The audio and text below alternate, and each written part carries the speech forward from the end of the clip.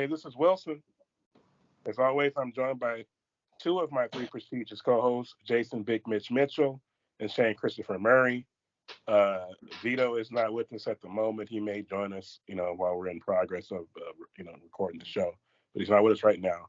But so in this week's episode, man, we wanted to get into first of all Anthony Davis's contract extension, 3 years, 186 million, the highest average salary in the history of the game.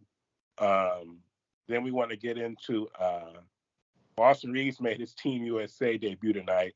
It was an exhibition, though, right? It was just an exhibition tonight. Just an exhibition. Right. What happened? What? I didn't hear you. All I heard was exposition. I said that was an exhibition game, right, for Team USA? Yeah, it's just warm-up games. Right. So, but we'll talk a little bit about that because I know you guys were watching that. Um, and then, um, and then we're going to get into, at the end, we're going to get into like our top 10 comedy movies. That should be fun. But like I said, let's start off with Anthony Davis. He signed, as I said, a 3-year, $186 million contract extension. So, how many years total now with the extension is AD tied to the Lakers? I think he signed the other one after he won the title. It's been 3 years since then. I think that was it should be 5 more years now that he's tied to the Lakers. And of course, Although the last year the deal is a player's option. So okay. And then of course, this offseason they retained Austin Reaves for 4 years, Rory for 3 years. So, LeBron, his LeBron's contract is it's a player option. I just heard Shane listening to Lakers Nation. And Trevor Lane was talking about the fact that LeBron, of course, is after this year he has a player option. So he was saying that the Lakers should view this season coming up as the last season they might have LeBron. But of course, the point I'm trying to make is that potentially past LeBron, we kind of see what the core is going to look like. Unless we're able to replace LeBron when he leaves with another superstar. And then. So yeah, I mean, how do you guys feel about that? How do you guys feel about AD signing that extension? I'll let Mitch go first. Listen, this extension, was a little too late. I don't like the timing of it. This has become the Lakers' MO, giving extensions with terrible timing. No more excuses. No more excuses. I feel like we literally just talked about this last week of how like players are getting these contracts and they haven't really. It's like the Jaylen Brown contract kind of makes him overrated because he's not the best player in the NBA. This AD extension, I'm not gonna say he's overrated because I know what he can do. But there's no more excuses. There's no more excuses with this extension. I'm expecting a championship. The point blank period, no way around it. I'm expecting a championship from this man. I'm expecting him to be in the MVP running because if we have a winning squad, which I expect that we will, and I expect him to be the best player on the team, I expect him to be the best player on the floor night in and night out. If he is all of those things, he will be in the MVP running. So if he does what I know he can do, what clearly the Lakers believe he can do, he should be in the MVP running.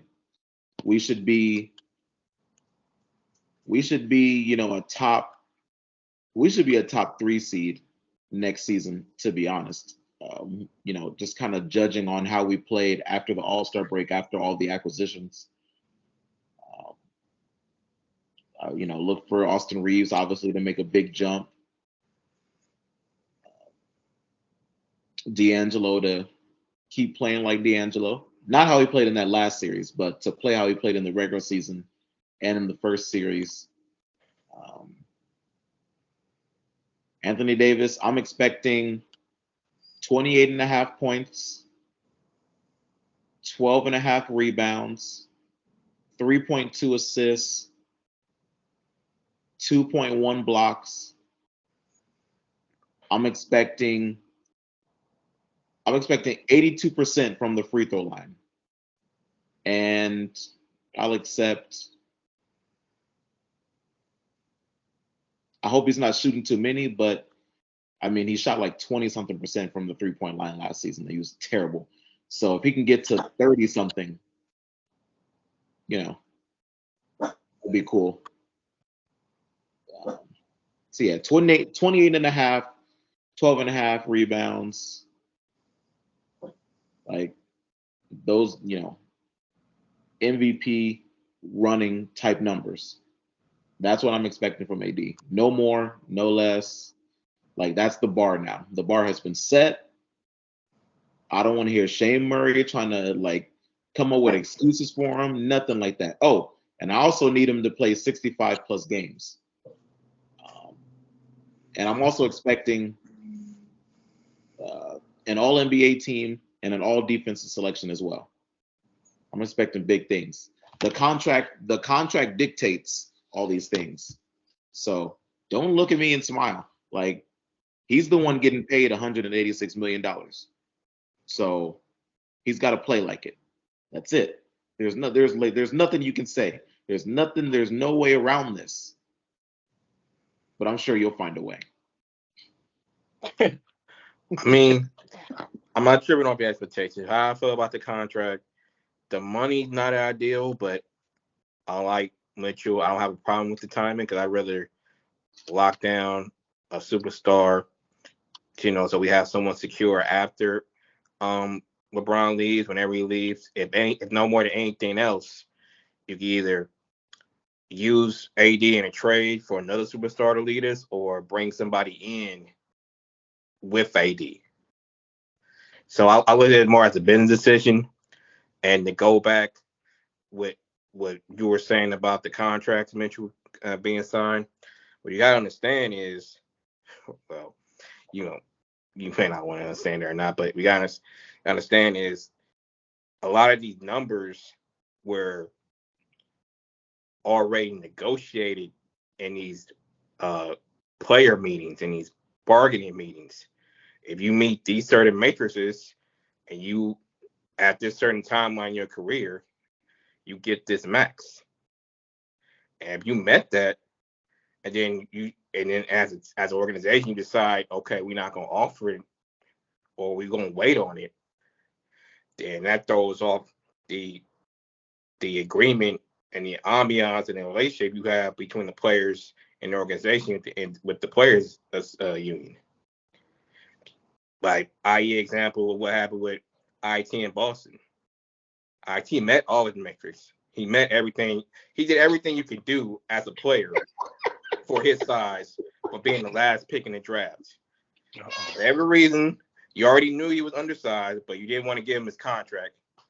And now he's out the league because he played on a bad hip the last 3 years of his career. Now he's healthy, and no one want to give him a look. So that's just one example of it. But Shane Murray sounds like Isaiah Thomas in the Last Dance documentary right now. He said he met the criteria, but he wasn't selected. I mean, look, like to go back to your point against Jaylen Brown. No, he's not the best player on the team, but him and Tatum have been at least the last 2 or 3 conference finals, and they're not even 28 years old yet. So that's based on what they did so far and what they're looking like they're gonna do. So don't they expect championships? Like I said, they done everything they could do for that age bracket to lead the team. They just haven't. They've been pushing, knocking on that door for a championship. They just haven't won one yet. So, yeah, so they haven't done anything. But I don't. But like But like I'm saying, like when a guy comes up, like Jaylen Brown, for example, and he's eligible for that, is he worth that? No. But what is Boston really supposed to do? Like offer him, say, nah, you're not worth the 300, but we'll give you 250. Is that what Boston is supposed to do? Welcome. I mean, if you're gonna do that, you better not let him know if you're gonna do that, you're not let him know he's eligible for 300. That's gonna be a problem. Now it's gonna be like, okay, why are you shortchanging me? On a serious note about Isaiah Thomas, Boston is a trash organization, and they proved it with how they handled the Isaiah Thomas situation. That man played on a bad hit. He played after the tragic passing of his sister, and that's how they treated him. Boston is a trash ass organization, and they proved it right there. That's why it's always fuck Boston. Did you on that note? Boston can suck. And he was in the MVP votes in the MVP rankings. Boston is a trash ass organization, and they can all suck several dicks. On that note, did you guys watch episode 1 of Winning Time, season 2 last course. night? I did. The first episode starts. Like I said, it was the debut episode of season 2. It starts. They skip just like my favorite scene from season 1 was the first scene, which skips ahead to the end with Magic in the doctor's office. The announcement, yeah. Right, and then this first scene last night was the Lakers winning a game, and I guess it was 85 in Boston in the finals. 80, I thought it was in 84, but you could it's be right. 84. We played them in 84 and 85. That one was 84. Right, we didn't beat them in 84 though. That was the year where that was the Tragic Johnson series. Right. We were really better than Boston all 3 times, but we gave it away in 84. Right. Right. But the Kurt Rambis clothesline that changed it all. I'm pretty sure that's what's going to happen. Right.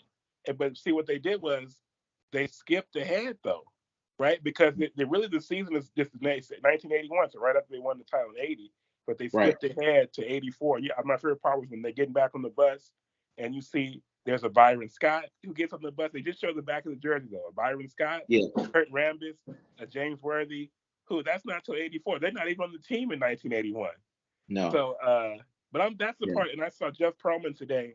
He was saying on Twitter that he hopes they like because they're on strike and everything, right? So all the writers and the actors, nobody can really promote the show.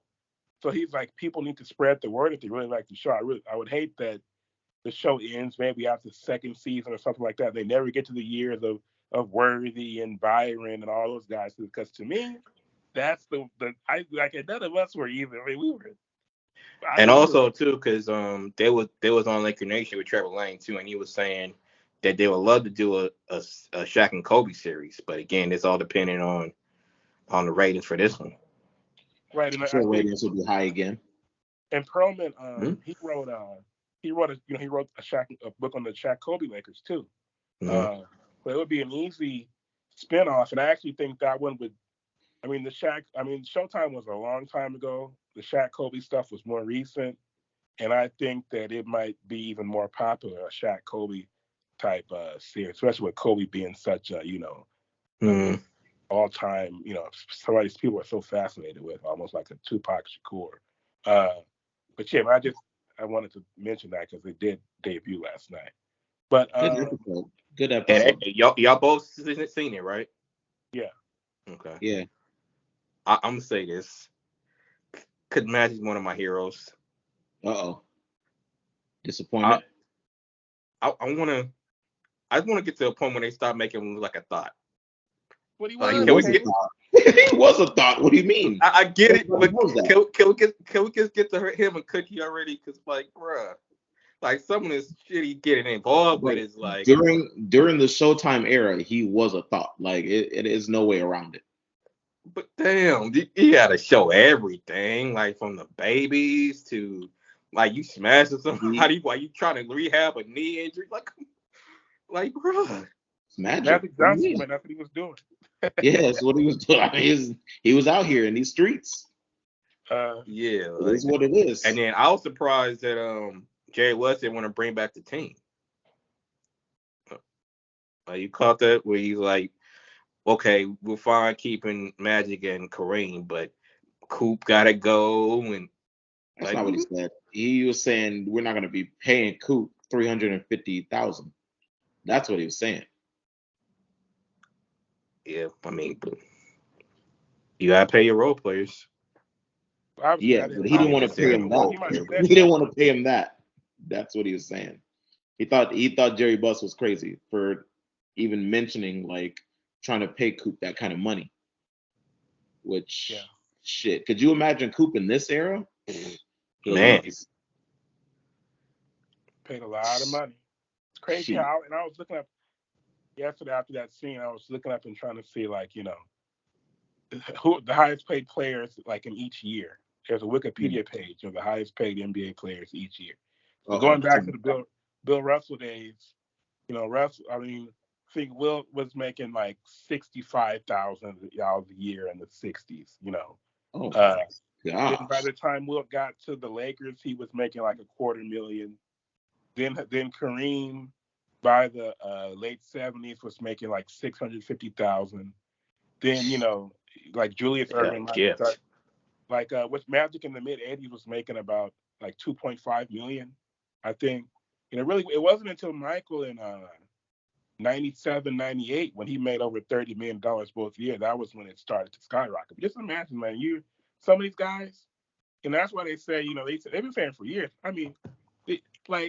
Barkley and them, when they get up there and talk about some of the younger players, and everybody says, well, they're jealous because Charles Barkley's one of the top 20 players of all time. And you got guys like Jeremy Grant getting the type of contract that he got. Charles Barkley. Yeah.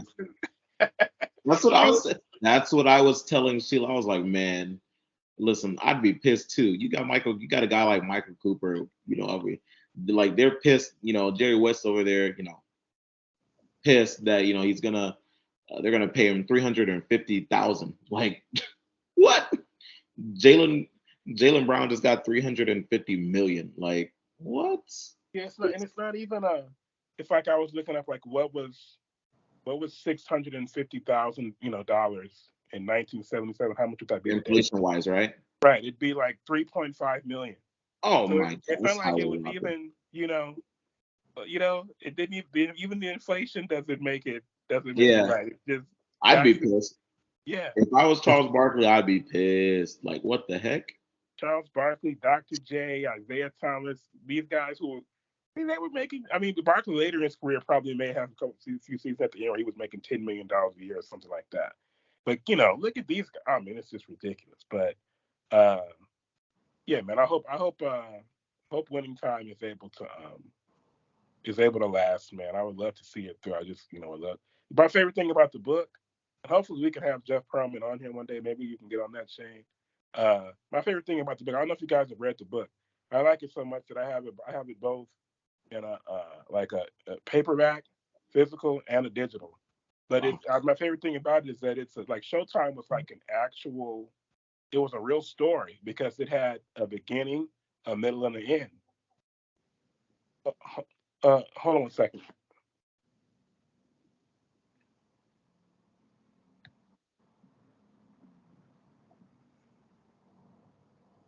The heck? What's happening? What's going down? Shoot, it's a lot of dead air. We got to fill this. So, while he's doing what he's doing, your thoughts on the Christian Wood situation? I don't have any thoughts on the Christian Wood situation. I'm okay with our roster as presently constructed. You realize we're league binded to sign at least one more player, though. No, we're not. Yes, we are. We only have 13. I thought we had 14. No, we have 13. Well, if it happens, it happens. If it doesn't, it doesn't. Like, cares? Like, I don't know what he's looking for. If he's looking like, it's like you're tired of your producer dancing all in the video. Like, come to the Lakers, bro. Like, you see what we're building. If he's not with that, go to Boston where they suck dick for free and for Skittles. It's not the coming to the Lakers is I'm not trying to get the minimum when I just got off at $9 million. When what? He's not trying to get the minimum when he just got off of $9 million a year and had a good year. Hey, you got to bet on yourself sometimes. If it's what the market dictates, hey, reset the market for yourself. That's the problem. He did it. The narrative set the market for him. He had a good year, and he had a good year the previous years. He's not a minimum player.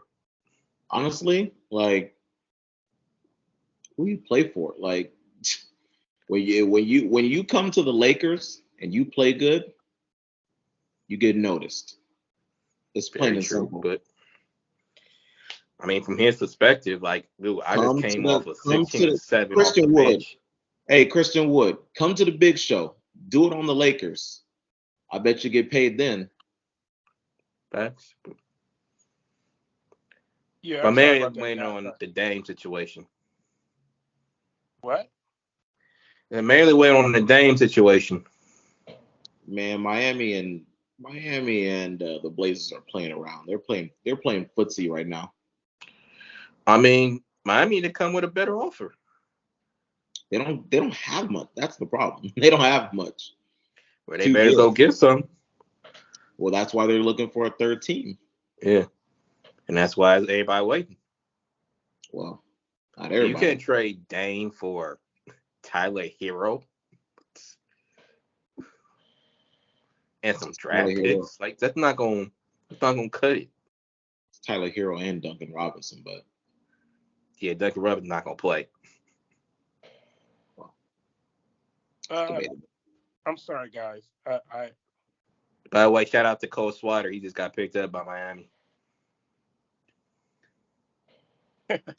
So I'm sorry. I just want to finish my point about winning time, which is that the book, it's just like the actual Showtime. It starts at the beginning and it ends with Magic got HIV. So it has a beginning and a middle and an end. If you don't have the book, you should pick it up. It is a narrative nonfiction masterpiece. I know you guys have moved on, but yeah, I just wanted to finish that thought. Where are we now? Okay. So we talked about AD's extension. We talked about winning time. You guys talked for a second about Dame and a couple other things. Christian Wood, man. Christian Wood. Now I want to get into so Team USA. They, like I said earlier, they played the exhibition game tonight, warm-up game against Puerto Rico. They won by like 44 points, and of course our own Austin Reaves. I know stats don't really matter. I think he came off the bench, didn't he? Came off the bench. First man off the bench. Came off the bench before Tyrese Halliburton. Okay. Halliburton got a bag. Halliburton got a max extension. but Austin was the first man off the bench. Yeah. So 8 points, 4 rebounds, 9 points. 9 points. 9 points, 4 rebounds, 4 assists. I think it was 4 of 8 from the field. In 19 minutes. Yeah. Not bad. Yeah, not bad.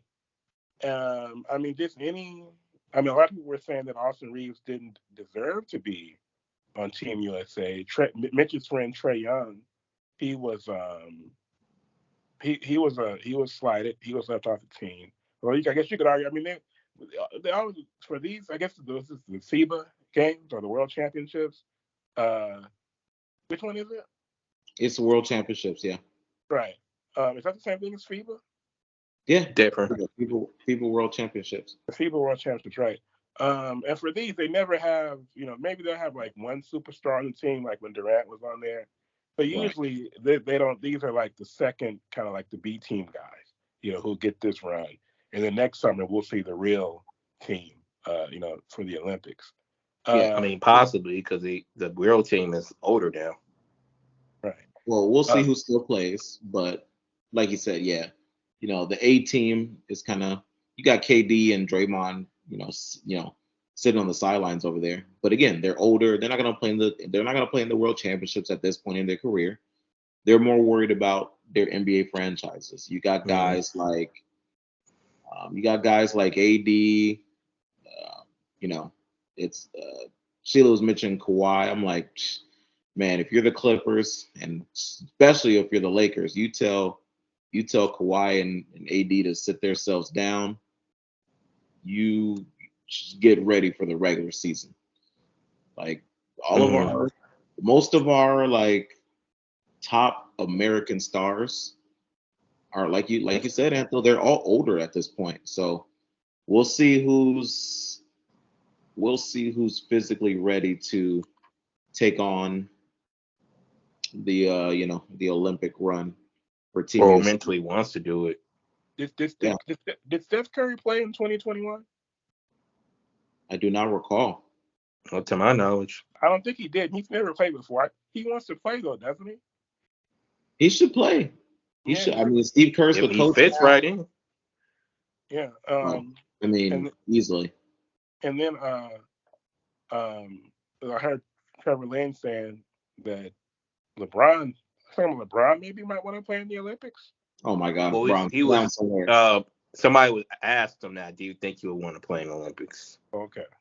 And he was like, he wouldn't be surprised either way. I don't see it. I hope not, brother. At this point, LeBron, you've served your country well. At this point, nah, man, you gotta sit down and get ready. Like, if you're gonna keep playing for the Lakers, sit down somewhere. Just prepare for the regular season, man. Please do not play any extra basketball. Save it all for the Lake Show. I mean, it may be his last year with the Lake Show, but we'll see. We'll see. We didn't. I mean, I know it's really basketball takes a back seat. We didn't talk about what happened with Bronny. But do you guys think, if this is even an appropriate question? I mean, do you think? I mean, let's say Bronny doesn't make the league for whatever reason. Do you guys think that LeBron will retire as a Laker, or do you think there's a possibility that LeBron would go to play somewhere else other than the Lakers and not to play with Bronny? Mighty. If Bronny doesn't make the league, I fully expect LeBron to retire a Laker. Okay. Yeah, I'll agree with that. But I think it's too soon to say that on Bronny, though. Just gotta figure out what whether this was a freak accident or is this something they gotta look into. Been super hush hush and Yeah. understandable. Yeah, man. Hopefully it's not. Hopefully it's nothing too serious. Hopefully he can. Just keep playing, man. That would. That's a tough. Hopefully he can bounce back. I mean, you got DeMar Hamlin out there. He's bouncing back. So hopefully Bronny can bounce back as well. And But what also happened too? What if I'm not gonna put it in existence? But what if Bronny can't play anymore, and he decides he wants to play with Bryce instead? play with Bryce where? Bryce in the NBA. And Bryce is not that far off. Jeez Louise. When is LeBron got to retire at some point, man? I mean, they're the ones talking about. Well, not. I mean, I say they. Some people tell me he could play till 45. I mean, I don't see it, but like I said, Bryce is not that far off from Bronny. Isn't Bryce like a sophomore? Or he's a junior now? Sophomore, junior. I think he'll be a junior this year, won't he? He might be a junior this year. And some people look at him higher than they look at Bronny. Yeah, he's a junior this year. Right, that's 3 more barely years a freshman in college.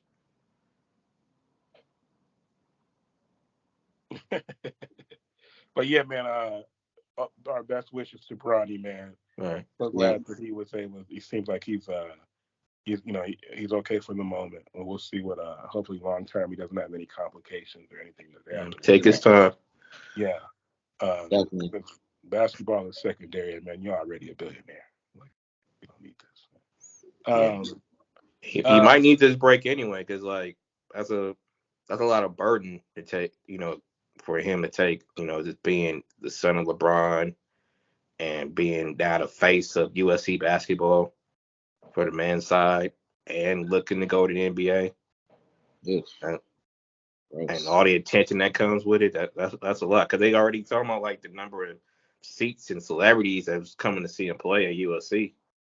Oh gosh. So that might have been a big buildup. Mm-hmm. How much you think USC offered Bronny to come there? Grip. Are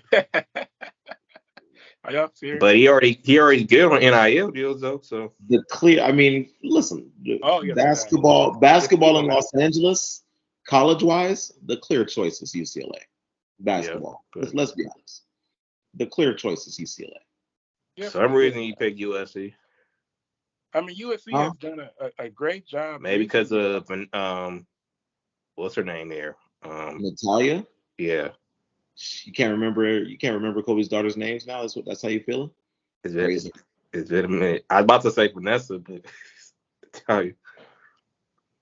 But USC has done a great job in recent years, starting with had to make the Elite Eight with Evan Mobley, who's like he's already kind of a star in the NBA, all defensive first team last year, and they've had other guys, Kevin Porter Jr. and who were some other guys USC had recently that came out of there. They're recruiting much. Vucevic came out of there.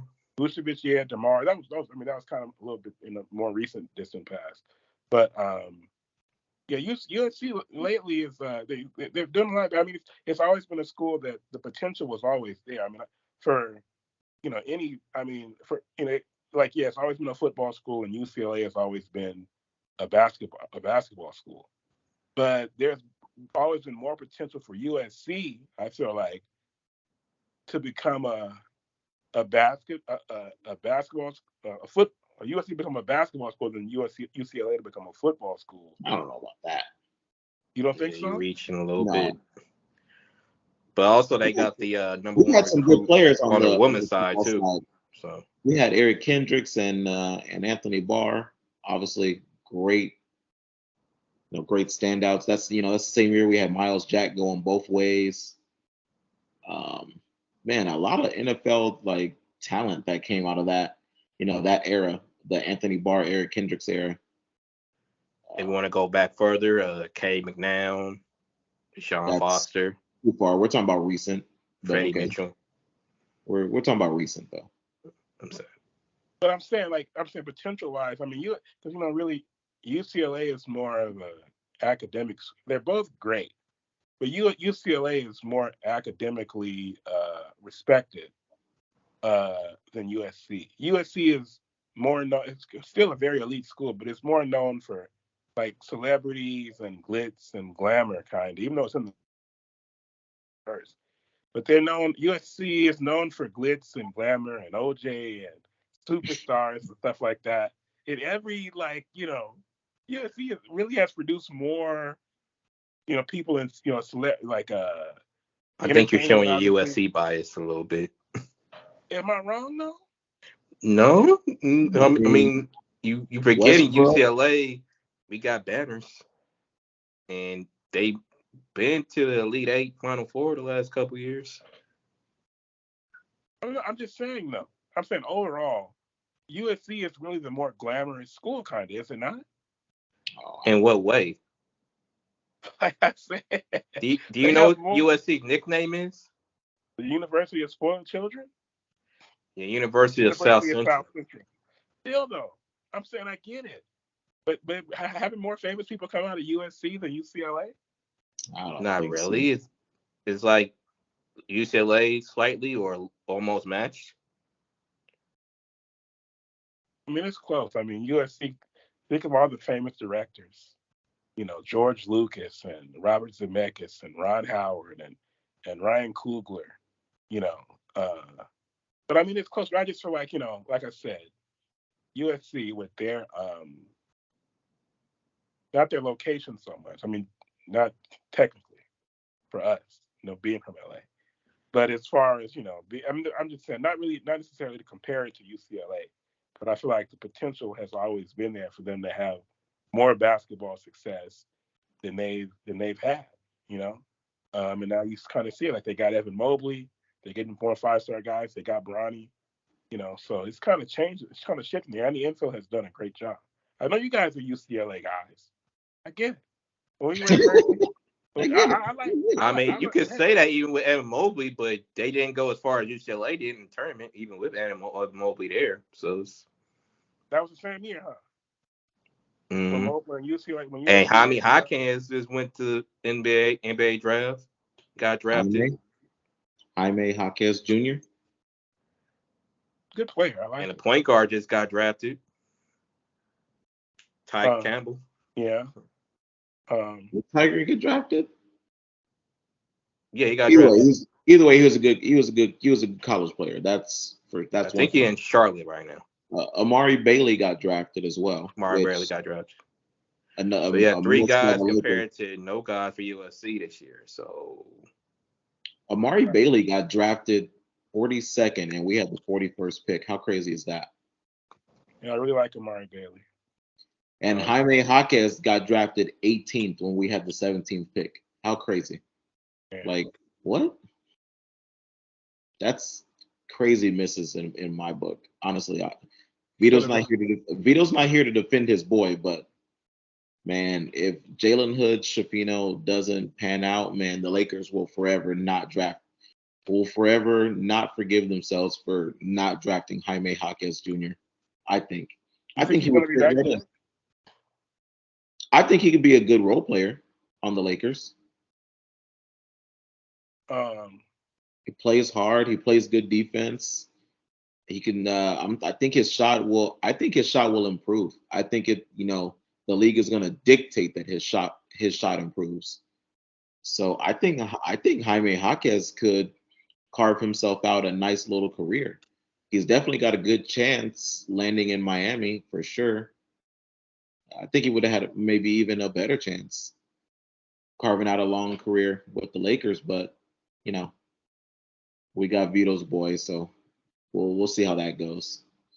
Vito's very high on this Hood Shafino guy. Yeah, I don't know. I mean, like I said, I had other guys. I like Chris Murray. That's Keegan Murray's twin brother. I'm not sure where he went. Did he go before or after? I'm not sure. Yeah, it was close though. But yeah, there were a few guys I like better than old Jalen Hood Shafino. But yeah, man, we got about 20 minutes left. Let's get into this top 10 comedy movies of all time. And these are in order, right? I don't really have mine in order, to be honest. Okay, good. Because I have my top 5 in order, but the rest of them I don't have in order. Where's this guy Shane Murray? He's got to be here for this one. Maybe he has to take a leap. I'll just go on it and I'll get mine out the way. So I have mine. So my top 5 I have in order, right? So these are the movies over the years that I've probably laughed at more than any others, right? Okay. So number 1, I have the first Rush Hour movie. Okay. Oh, you too? What the heck? What's it's just me? Damn. What I'm gonna do alone? Crazy. Just talk to myself. Just feels like Fresh Prince right now. It's crazy. The last episode of Fresh Prince, just me. While I have some time, since it's still recording, talk a little bit more about Austin Reaves, my favorite Laker currently. I am expecting a big leap from Austin Reaves. I could almost see Austin Reaves winning Most Improved Player. I think he averaged, well, not I think he averaged 13 points last season. So I'm almost expecting Austin Reaves to average, I would say, 16 to 17 points a game this season. So look for Austin Reaves, my way too early pick for Most Improved Player. You heard it here first. All right. I'll agree with that. I was trying to fill some time. Yeah, so Austin did his thing. I was surprised how aggressive he was because in practice he seemed like, Anthony was giving his top 10 funniest movies, but he had dropped. You had dropped, so I was just trying to fill time. Got you. We both Shane left, and then Shane came back, and I got kicked out, and I had to come back. Yeah. Damn, Shane, what's your problem? My good's getting worse and worse. Yeah, jokes. He All right. Let me get at back. At least we haven't had to tell him to fix his camera lately. At least, but okay. First, you got Rush Hour 1 as your number 1. My number 1 is the first Rush Hour movie. Okay. I just feel like from start to finish, It was Okay. basically just a rollicking affair, right? Gotcha. Number two, I have the 40-Year-Old Virgin. Okay. Another movie that the 40-Year-Old Virgin wasn't, to me. It's like, I have another movie on this list that's like that. But it's like, the end of the last part of the 40-Year-Old Virgin is kind of like, I feel like it dropped off as far as the comedy went. Yeah. The first 2/3 or 3/4, Oh however man. you gotta put it. Jokes. Yes, just Great unbelievable. jokes. Right. Oh yeah. But I feel like the best parts of the 40-Year-Old Virgin to me, Shut that girl up. the best parts of the 40-Year-Old Virgin to me are as funny as anything I've seen. That Kevin Hart scene, I still imitate that Kevin Hart scene. Right. Hilarious. You and him? Yeah, we rep the same smart tech. I'm both getting clapped up when I come back. And when what's his name told when Moosh, I think his name was Moosh, when Andy, remember Andy was doing at the poker game and they found out he was a virgin and he went home like, oh my God, why did I let them know that? And he came out the next day like, well, maybe they forgot about it. And I didn't think that was the same day. It was nearby. Remember when Mooch asked him, Andy, it's okay if you're a virgin. What are you like, 26, 27? He said, I'm 40. And we said, holy shit. Oh Man, no, you you got to get on. All right. So I said 40-Year-Old Virgin 2. Number 3, I have Friday. That's another movie that from start to finish just complete. Right. Number 4, I have Superbad. Nice. It's maybe my favorite of these movies overall. But that's another movie. These are Judd Apatow movies. They like it's like the last quarter of the movie or the last third part of the movie is not meant to be as funny as the first two. It's meant to get kind of sentimental. And then my 5th is the second Austin Powers movie. So Austin Powers, The Spy Who Shagged Me. And then the rest of mine I have some other 5 are Liar Liar, which I went to go see in the theaters with my dad when I was a kid. But that was in Jim Carrey's prime in the 90s. Hilarious. Scary Movie, the first one. That's a good one. Knocked Up, which is another Judd Apatow movie. Hilarious. Yep. Hilarious.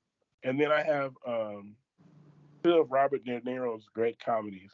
Analyze This, the first one with Billy Crystal. Yeah. And then Meet the Parents. The first of that with the great Yep. But how am I forgetting his name? Ben Stiller. Ben Stiller, yeah, of course, the great. All right, so that's my 10. Who wants to go next? Jay can go. I got it. Cool beans. So I'm actually start off with I have a set 10. So I'm gonna start off with my honorable mention. So these movies did not make these movies did not make the cut. I feel like I got some bangers like that did not make the cut for my 10.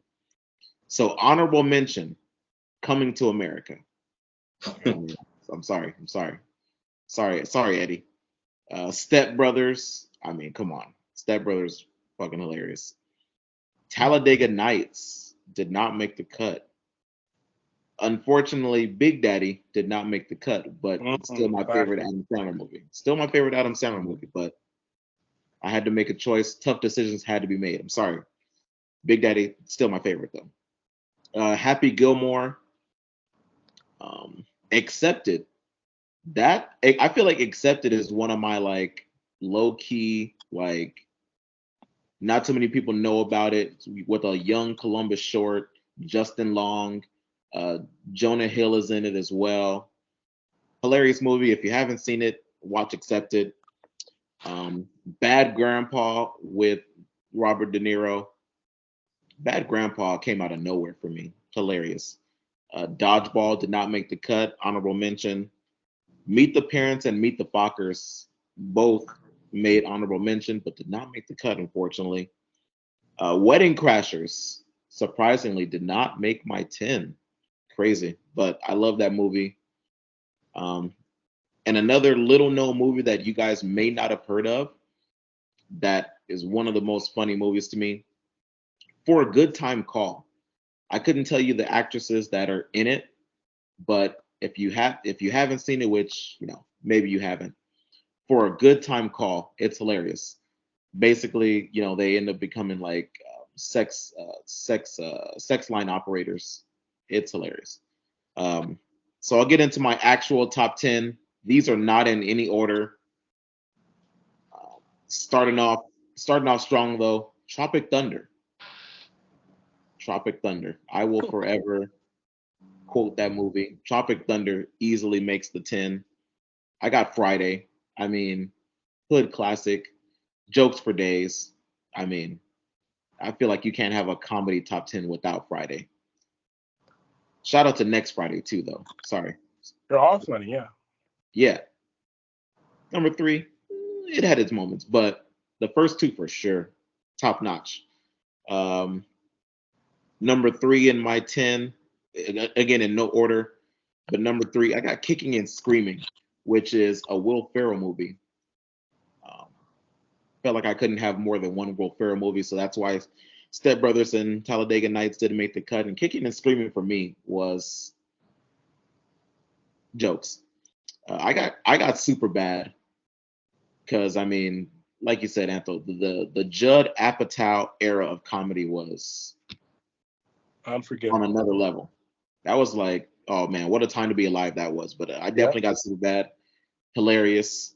I mean, just the first like 10 minutes of like Superbad is hilarious, where he's trying to like figure out which porn websites to subscribe to when they go to college. Mm-hmm. Hilarious. I got Waterboy in there. I mean, it's nothing to be said. It's the Waterboy. Hilarious. Waterboy. I feel like we're always quoting Waterboy. Who that? Who there? All that. I love my mama very much. You know that.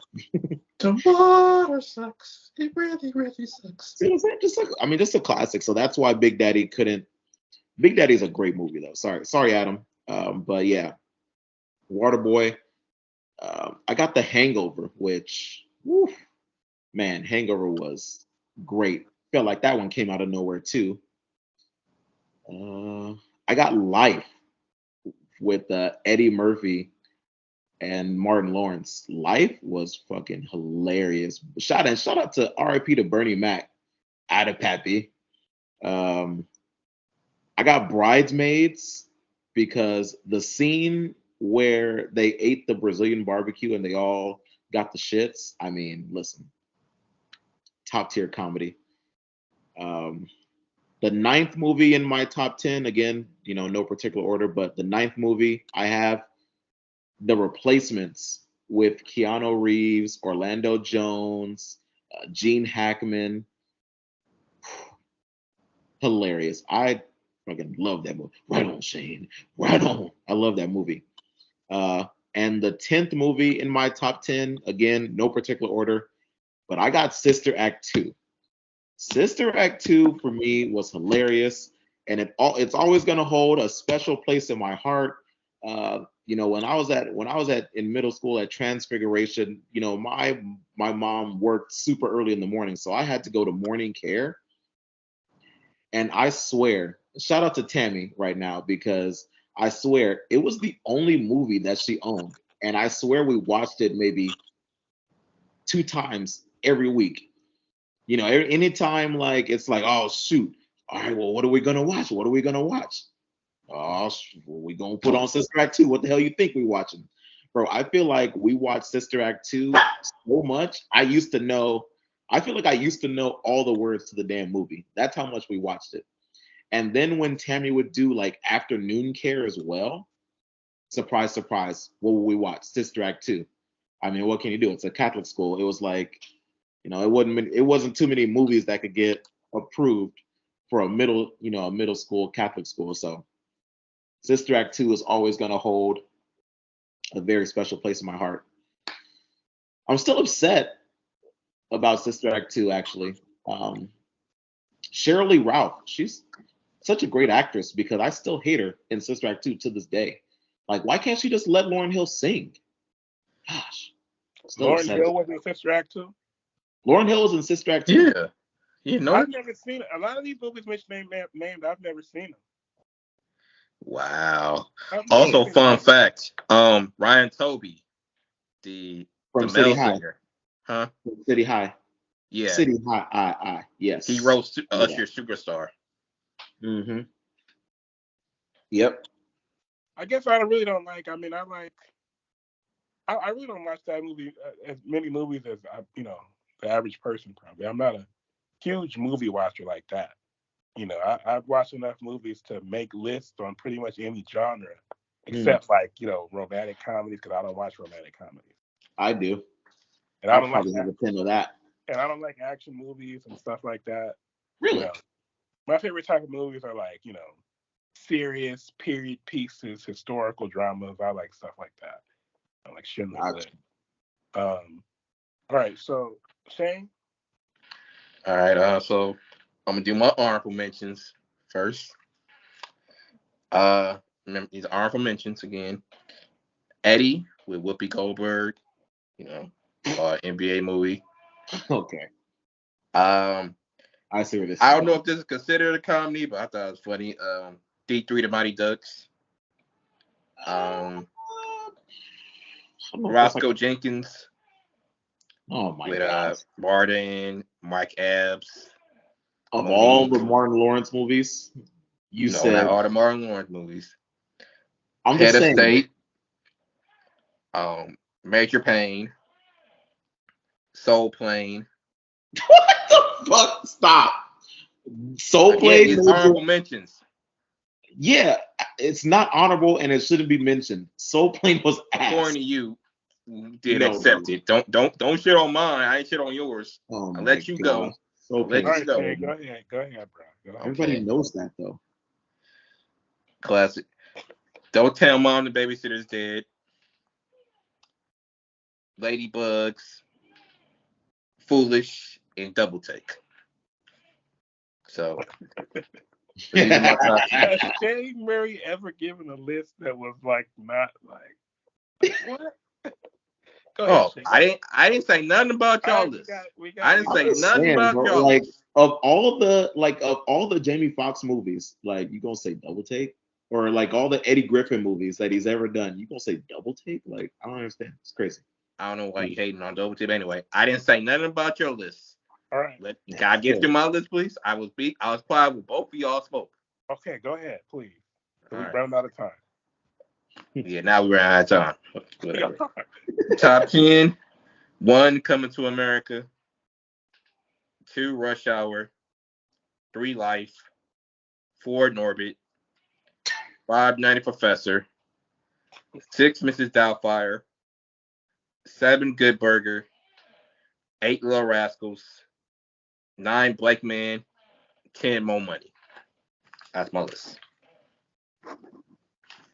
Did you have any white other than Mrs. Doubtfire? Did you have any other white movies in there? Why does that matter? And no. Why does that matter? Why does that matter? And no. At least he has respect for the late great Robin Williams, who was a brilliant. At least. Jeez. Man, right, it's a rough world out here, huh? It's tough, man. I'm surprised he even seen Mrs. Doubtfire, or he's not hating on it, but he put it in top 3, top 5. So. And that was in order. Yeah, him was in order. Well, he must really think highly of Robin Williams. Jeez, Robin Williams broke the Shane Murray racism narrative. First of all, I'm not racist. God. Shane would have been on that boat with those black people fighting the white people. I would. And be proud of him whooping that ass. Hey, I would have been swinging a chair for sure. What the heck? Whoa, hey, what was those fools thinking? They saw a boat, they saw a ferry full of black people, and they saw black people all around, and they still said, yeah, it's a good idea. Let's jump this fool. Shit, they fucked around, and they found out. Mm-hmm. It's been a lot made it out on social media. I didn't think it was that interesting, really. I didn't. Of course you didn't. I thought it was a microcosm of our society. I feel like they fucked around, and they found out. They thought, oh, he's by himself. We can fuck around with this fool. They thought we can just jump him and get away with it. Nah, fool, it's consequences to your actions. Facts. Just because you white don't mean you can do whatever the fuck you want. You'll get. But now it's going left though. Huh?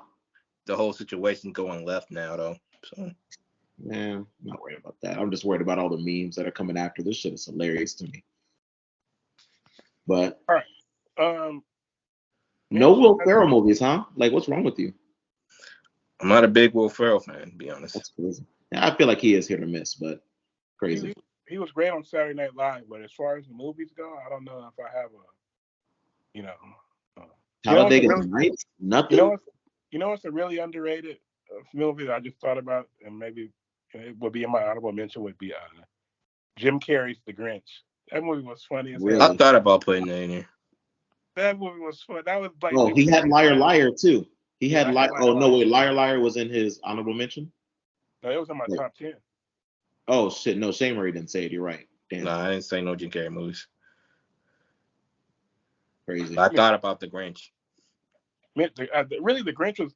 I put Liar Liar because I just remember. I remember when that movie came out and Jim Carrey was on fire. You know, that was like the peak of his fame.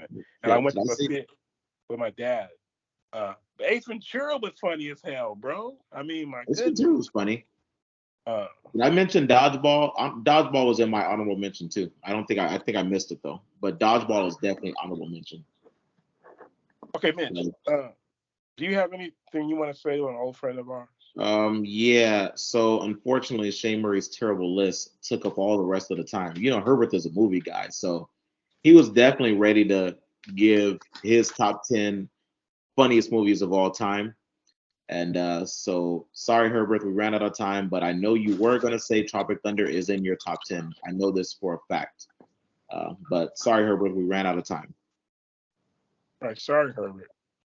All right, so before we get out of here, just a few reminders. If you're watching this on YouTube, hit that subscribe button next to the Complete Podcast Network. If you prefer the audio version, remember to rate, review, and subscribe to the show on Apple Podcasts. The show is also on Anchor, Spotify, Google Podcasts, Stitcher, iHeartRadio, and every other major podcatcher. Make sure to follow the show on Twitter and Instagram at TC Pod Network, and to like it on Facebook. Just search for the Complete Podcast Network. And finally, send feedback and mailbag questions to Complete Lakers. To Complete Lakers Podcast at gmail.com. We are out.